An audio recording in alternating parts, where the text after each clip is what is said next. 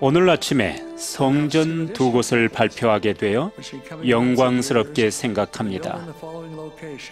앞으로 몇 년에 걸쳐 성전이 지어질 장소는 유타 시더시티와 브라질 리우데자네이루입니다. 형제자매 여러분, 성전 건축은 멈추지 않을 것입니다. 아시다시피 저는 지난 10월 연차대회에서 형제와 자매가 전임 선교사로 봉사할 수 있는 나이를 변경한다는 발표를 했습니다. 이제 형제는 18세에, 자매는 19세에 봉사할 수 있습니다. 젊은이들의 반응은 매우 놀랍고 감동적입니다. 바로 이틀 전인 4월 4일을 기준으로 봉사 중인 전임 선교사는 65,634명에 달했고, 부름을 받았으나 아직 선교사 훈련원에 입소하지 못한 사람도 2만 명이 넘을 뿐 아니라 6,000명 이상이 감독 및 스테이크 회장과 접견 과정에 있습니다.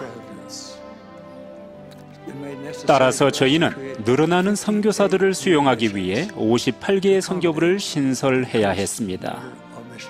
이 선교사 인력을 유지하기 위해, 그리고 다수의 선교사가 그다지 형편이 좋지 않은 상황에서 나오기 때문에 여러분에게 할 수 있는 만큼 교회의 일반 선교사 기금에 후하게 헌금해 주시도록 부탁드립니다.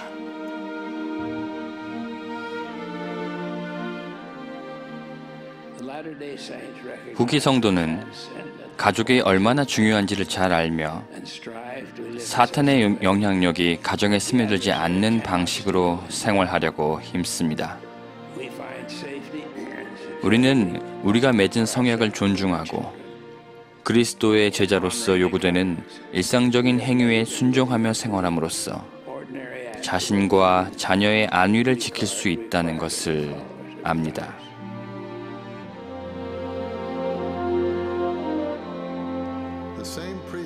여러 세상과 성운, 우주를 창조한 바로 그 신권 권능은 가족과 친구, 이웃을 돕고 강화하며 축복하는 우리 삶의 일부가 될 수 있고 또 그렇게 되어야 합니다. 다시 말해서 우리는 구주께서 오늘 우리 가운데서 성역을 베푸신다면 응당하셨을 일을 해야 합니다. 신권 권능의 주된 목적은 우리를 축복하고 성결하게 하고 정화함으로써 우리가 가족과 함께 신권으로 임봉되어 우리 자신의 부모와 하늘에서 살게 하려는 것이며, 또한 하나님과 예수 그리스도의 빛과 영광을 영원에까지 확장하는 놀라운 사업에 참여하게 하려는 것입니다.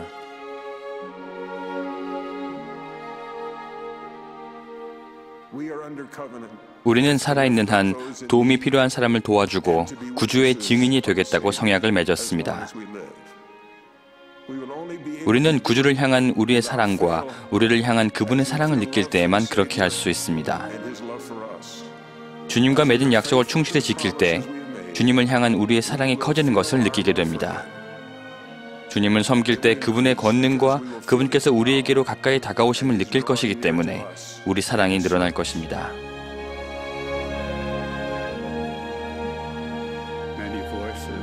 세상은 우리더러 정신없이 바쁘게 살아가야 한다고 말합니다.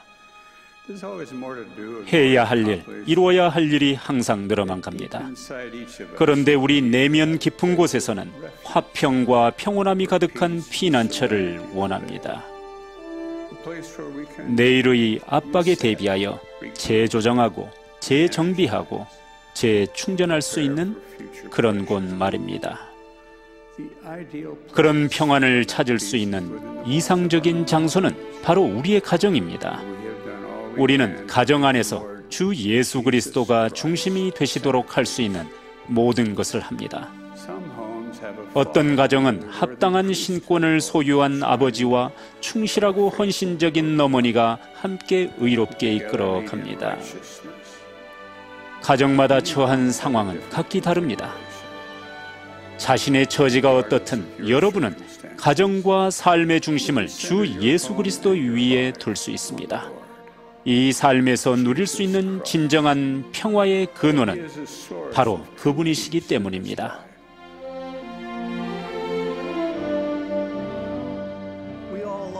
우리는 모두 평화를 갈망합니다. 평화는 단지 안전하다거나 전쟁, 폭력, 갈등과 논쟁이 없는 상태만을 의미하는 것이 아닙니다. 평화는 구주께서 우리가 누구인지를 아시며 특히 우리가 인생에서 커다란 시련과 비극을 겪는 중에도 그분을 믿고 사랑하며 계명을 지킨다는 것을 그분께서 아신다는 것을 우리가 알 때 오는 것입니다. 선지자 조셉 스미스가 리버티 감옥에서 주님으로부터 받은 응답은 마음에 위안을 가져다 줍니다. 내 아들아, 내 영혼의 평강이 있을지어다. 내 역경과 내 고난은 잠시뿐이리니 그러고 나서 만일 내가 이를 잘 견디어내면 하나님이 너를 높이 들어 올리실 것이요.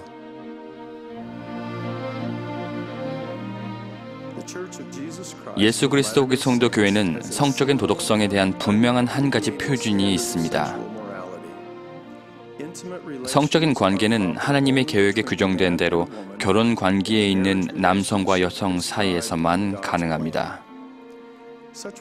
그와 같은 관계는 탐구해보고 싶은 단순한 호기심의 대상이 아니며 욕구를 충족하는 수단도 이기적인 마음으로 추구하는 오락이나 유흥도 아닙니다. 이루어야 할 정복의 대상도 아니며 그저 행하는 단순한 행동도 아닙니다. 그것보다는 궁극적으로 이 필멸의 세상 속에서 우리가 지닌 신성한 본질과 잠재력을 표현하는 한 가지 방법이고 남편과 아내 사이의 정서적, 영적 유대를 강화하는 방식입니다. 우리는 도덕적 선택 의지라는 은사를 받은 행위의 주체이며 단순히 성적인 행위 또는 동시대의 관점이나 세속적인 철학이 아니라 하나님의 자녀로서 우리가 받은 신성한 유산에 따라 규정되는 존재입니다.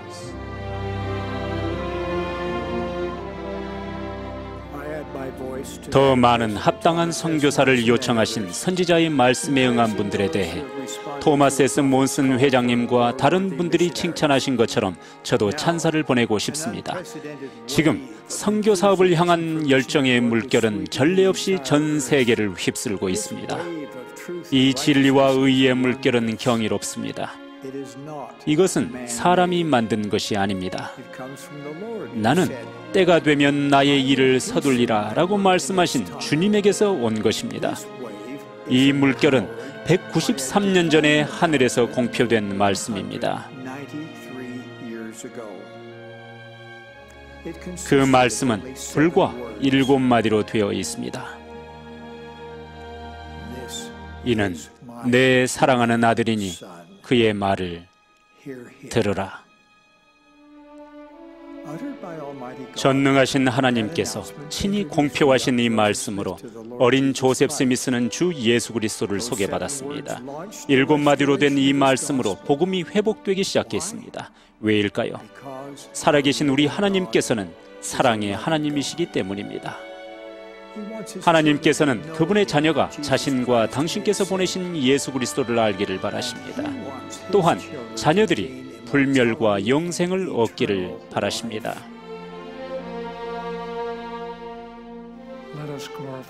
우리 구주 예수 그리스도와 함께 굳게 서서 하나님의 이름을 영광스럽게 합시다. 주님이 살아계시고 우리가 거룩한 부름으로 부름받아 그분의 사업에 참여하고 있다는 특별한 간증을 전합니다. 그런즉 거룩한 곳에 서서 움직이지 마십시오. 하나님의 교리에 순종하고 굳게 서는 것이 거룩한 곳에 서는 것입니다. 왜냐하면 주님의 교리는 성스럽고 우리 시대에 부는 사회적 및 정치적 풍랑 속에서도 변하지 않기 때문입니다. 사도 바울이 그랬듯이 깨어 믿음에 굳게 서서 남자답게 행동하고 강건하도록 당부합니다.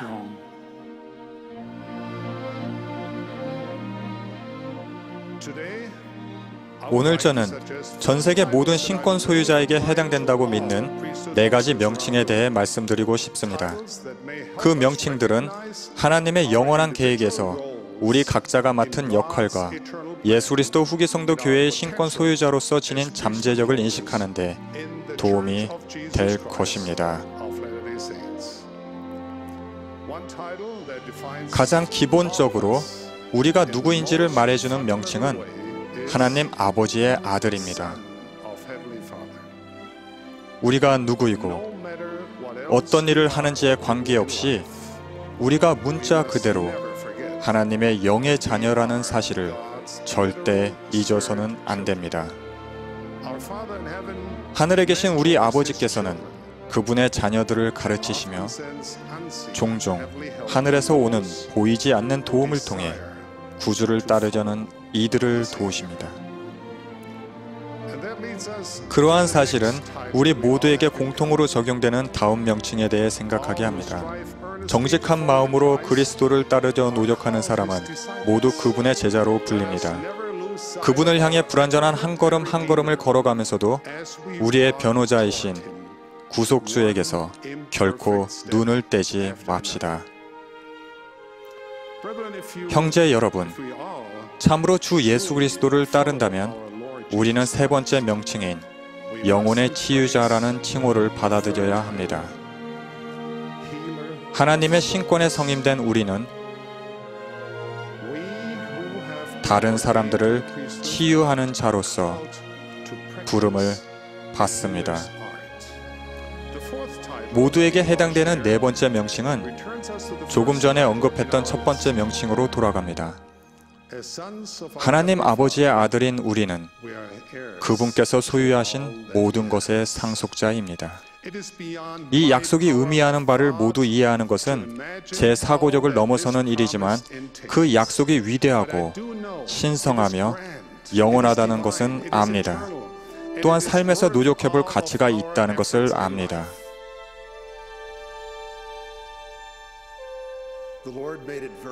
이 마지막 경륜의 시대가 시작될 때 주님은 복음을 온 세상에 전해야 할 의무가 우리에게 있다는 점을 분명하게 밝히셨습니다.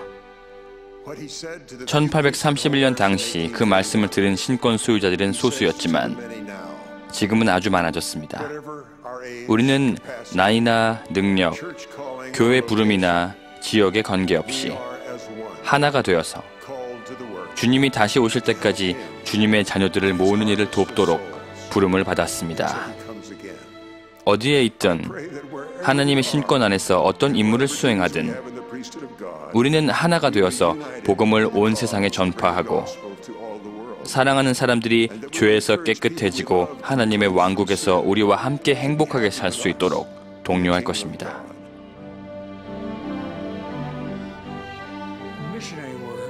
선교 사업은 예수 그리스도 후기 성도 교회를 구분짓는 특징 가운데 하나입니다. 언제나 그래왔으며 앞으로도 늘 그럴 것입니다. 선지자 조셉 스미스는 이렇게 선언했습니다. 결국 앞서 말했듯이 가장 중요하고 큰 임무는 복음을 전파하는 일입니다. 우리 앞에 놓인 과제는 주님의 포도원에서 좀 더 유익한 종이 되는 것입니다. 이는 전임 선교사로 봉사할 준비를 하는 사람들뿐만 아니라 나이에 상관없이 모두에게 적용됩니다. 우리는 모두 그리스도의 복음을 전하라는 명령을 받았기 때문입니다. 우리의 성공을 보장할 공식을 제안하고자 합니다. 첫째, 경전을 부지런히 연구하십시오. 둘째, 목적 있는 삶을 계획하십시오.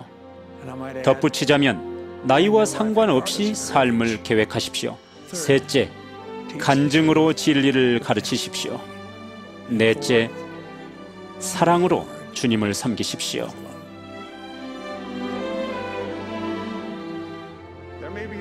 어둠의 영향력이 점점 자신에게 파고든다고 느끼시는 분들도 계실 것입니다. 걱정, 근심 또는 의심으로 짓눌려 있다고 느끼실 수도 있습니다. 놀라우면서도 확실한 진리 한 가지를 여러분 모두에게 전합니다. 하나님의 빛은 실제합니다. 그 빛은 모든 사람이 받을 수 있습니다. 그것은 모든 것에 생명을 줍니다. 그 빛에는 가장 깊은 상처의 고통을 완화하는 힘이 있습니다. 영혼의 고독과 아픔을 치유하는 모략이 될 수 있습니다. 절망의 나락에 빠져 있을 때에도 밝은 희망의 씨앗을 심어줄 수 있습니다. 그 빛은 가장 깊은 슬픔의 골짜기까지도 비춰줄 수 있습니다. 그 빛은 우리 앞에 있는 길을 비춰주어 가장 어두운 밤을 지나 약속된 새로운 새벽으로 인도합니다. 이 빛이 바로 세상에 오는 모든 사람에게 빛을 주는 예수 그리스도의 영입니다.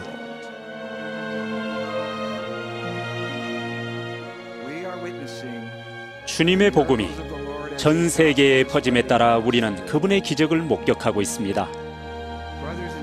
형제자매 여러분, 주님께서 영감을 주시어 더 많은 선교사가 봉사하게 됨에 따라 그분은 또한 선교사들을 받아들일 더 선하고 정직한 사람들의 생각을 깨우고 마음을 열어주고 계십니다. 여러분은 이미 그들을 알거나 알게 될 것입니다. 그들은 가족 중에도 있고 이웃에도 삽니다. 길에서 여러분을 스쳐 지나가거나 학교에서 여러분 옆자리에 앉거나 온라인에서 여러분과 소통하는 사람들입니다. 이렇게 전개되는 기적 가운데에서 여러분도 중요한 역할을 맡고 있는 것입니다. 여러분이 외투에 명찰을 단 전임 선교사가 아니라면 지금이 바로 여러분의 마음에 명찰을 하나 새겨 넣을 시간입니다. 바울은 이렇게 말했습니다. 이는 먹으로 쓴 것이 아니요 오직 살아계신 하나님의 영으로 쓴 것이라. 그리고 귀한 선교사들은 옛날 명찰을 찾으십시오. 명찰을 달지는 마십시오. 하지만 잘 보이는 곳에 두십시오. 주님에게는 그 어느 때보다도 그분의 손에서 도구로 쓰일 여러분이 필요합니다. 우리 모두에게는 이 기적에 이바지할 것들이 있습니다.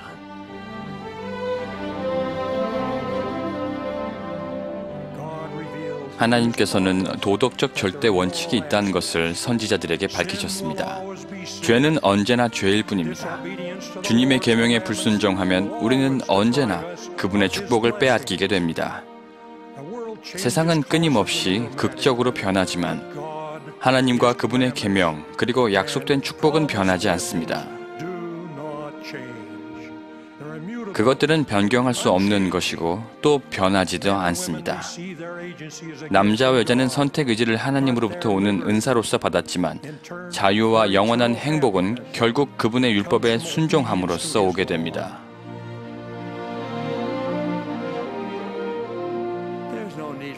복음의 충만함이 회복되어 빛이 주어진 이 시기에 우리는 진리를 찾고자 미지의 바다를 항해하거나 표지판 없는 도로를 달릴 필요가 없습니다. 사랑의 하나님 아버지께서는 우리의 진로를 구상해 놓으셨고 순종이라는 확실한 지침을 주셨습니다. 하나님의 계명에 순종할 때 우리는 진리를 알게 되며 우리 마음에 떠오르는 가장 중대한 질문에 대한 답을 얻게 됩니다.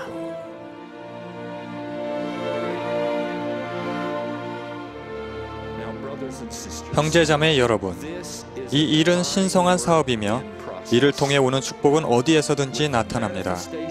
따라서 때때로 시험을 받아 이해하고 해결해야 할 문제들이 일어난다 하더라도 지나치게 걱정하거나 위축되지 마십시오. 그런 과정은 지금 또 앞으로도 계속될 것입니다.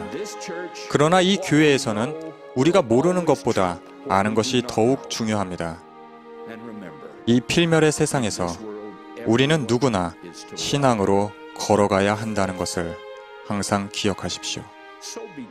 그러므로 인간의 약함과 부족함을 볼 때 인내하십시오. 자신의 결점뿐만 아니라 자원봉사로 인도되는 이 교회에서 여러분과 함께 봉사하는 다른 사람들의 약점과 부족함도 인내해 주십시오. 유일하게 온전하신 그분의 독생자를 제외하고 하나님께서는 언제나 불완전한 사람들을 통해 일해 오셨습니다. 물론 불완전한 인간들을 통해 일하시는 것이 많이 답답하시겠지만 그분께서는 참고 인내해 주십니다. 그러므로 우리도 그래야 합니다. 그리고 누군가의 불완전함을 보게 될 때 그런 한계점이 이 신성한 사업에 있는 것이 아님을 기억하십시오.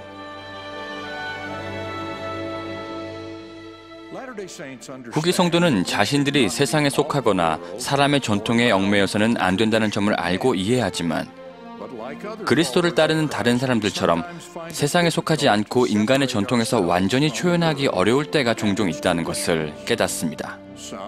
어떤 분들은 예수께서 가르치면서 말씀하신 사람들처럼 사람의 영광을 하나님의 영광보다 더 사랑하기에 세상의 방법을 따르기도 합니다. 그리스도를 따르지 못하는 예는 너무나 많고 또 민감한 문제라서 여기서 열거하지는 않겠습니다. 그 범위에는 정치적 당위성이나 극단적인 의상과 용모와 같은 세상적 관행에서부터 가족의 영원한 본질 및 기능과 같은 기본적인 가치를 변경하는 문제에 이르기까지 다양한 것들이 있습니다. 예수님의 가르침은 이론적인 것이 아닙니다. 그 가르침은 항상 행동으로 옮겨져야 합니다.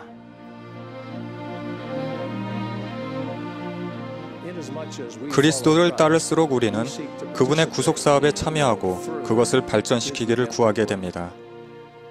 이 생에서 가족을 비롯해 타인에게 할 수 있는 가장 위대한 봉사는 그들을 신앙과 회개를 통해 그리스도에게로 데려가서 주님의 구속, 즉 현세에서 평안과 기쁨을 누리고 앞으로 올 세상에서 불멸과 영생을 얻게 하는 것입니다. 우리를 구속하시는 주님의 사랑은 선교사들이 하는 일을 통해 가장 아름답게 나타납니다. 주님의 공인된 사자로서 그들은 그리스도를 믿는 신앙, 회개, 힘내, 성신의 은사라는 비할 수 없는 축복을 전하여 영적인 재탄생과 구속의 길을 열어줍니다.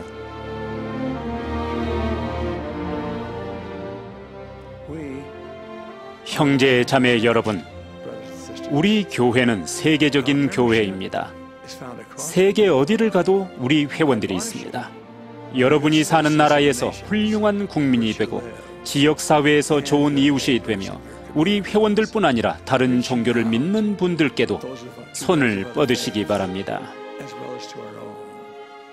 우리의 믿음과 표준에 동조하지 않는 이들에게 너그러우며 사랑과 친절을 보이시기 바랍니다. 구주께서는 이 세상에 사는 모든 사람에게 사랑과 친절이라는 메시지를 갖고 오셨습니다. 우리가 늘 그분의 모범을 따르기를 바랍니다.